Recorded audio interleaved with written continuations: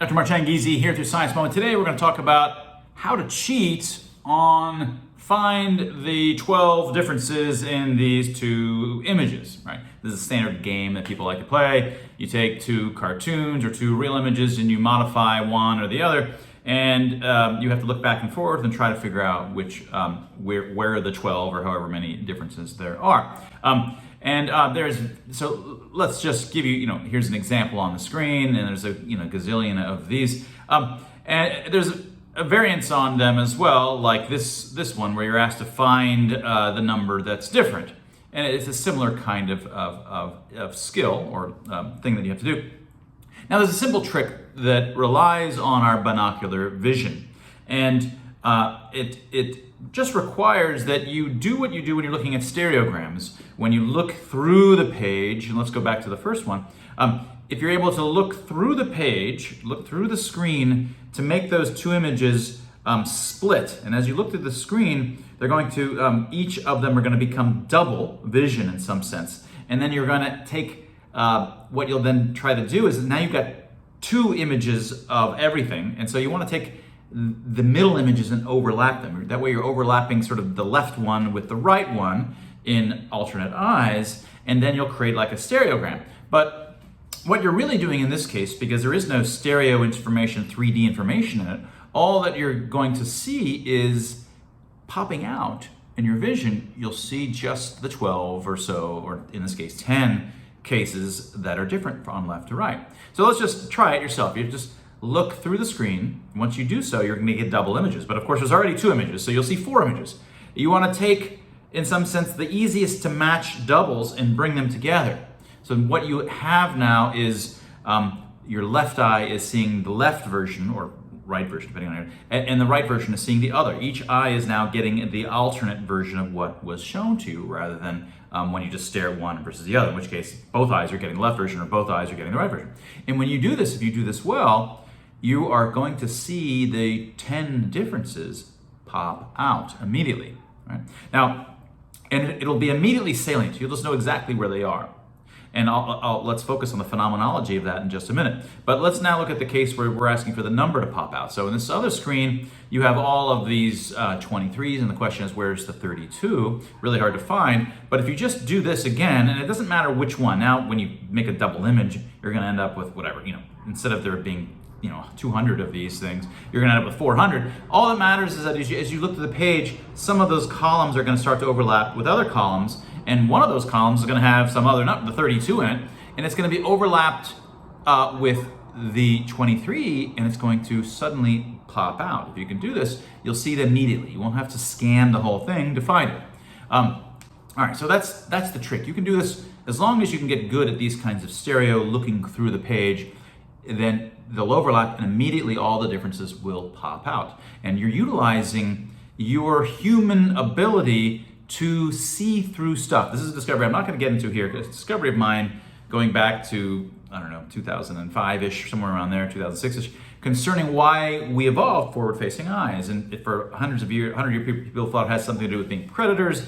It doesn't have anything to do with that. Whether or not you're a predator doesn't predict who among the mammals has more forward-facing eyes and who has more sideways-facing eyes. And if you just think it off the cuff, pretty much every fish has sideways-facing eyes. They can see behind them, above them, below them. They're all eating other fish. They're all predators. Most birds have very, very sideways-facing eyes. They're all predators. I don't want to get into here. It's a whole nother 10, 15-minute conversation. But another capability that we have, the real reason that we have forward-facing eyes, is to see more in cluttered environments. And we have the ability in forests, when there's lots of leaves out there, and especially when the leaves are smaller than the thickness of the leaves is smaller than the distance between our eyes, then when you look through all of the clutter, as shown in this kind of diagram, what the left eye sees often is pretty much completely different from what the right eye sees. And so you end up with, unlike when you're looking at the stereo vision, where each eye is seeing the same three-dimensional structure and you're able to infer the three-dimensional structure, in cluttered environments where we evolved, we actually often had no overlapping view of the same thing. Each eye was seeing a very distinct thing as shown in that image. So for example, in the case of, in case of an extreme case like this, you have what the left eye sees on top, if there was sort of fences, vertical fences, sort of an exaggeration of being in the forest, the left eye would see this, the right eye would see this, and they're completely the opposite images of this fellow, right? But when you are able to fuse them together, if you can actually fuse them, look through the screen, you'll actually have a perception of the whole person right there, if you get good at that kind of thing.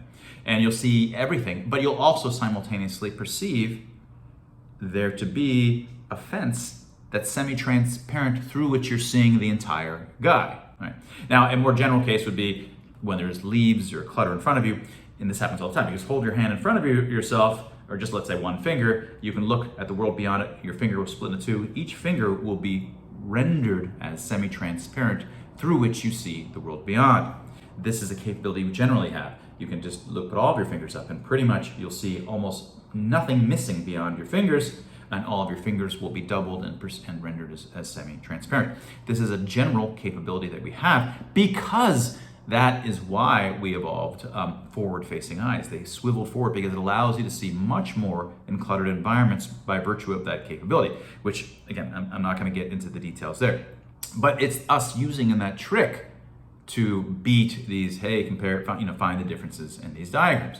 Now, in my earlier book, Vision Revolution, I gave an example like this.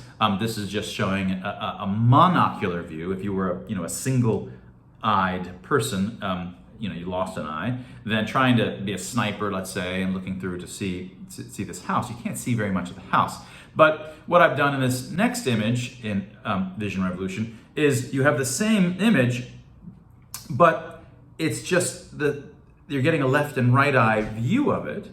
And by virtue of that left and right eye view, if you're able to fuse, that is, look through the screen and get them to overlap with one another, you'll in fact be able to see much more of the house in the distance than you were in the other one. Because what the right eye gets occluded by the grass, the left eye is able to see, and vice versa. And when you're done, you'll end up with a sort of semi-transparent grass in front of pretty much the whole perception of the entire house beyond it.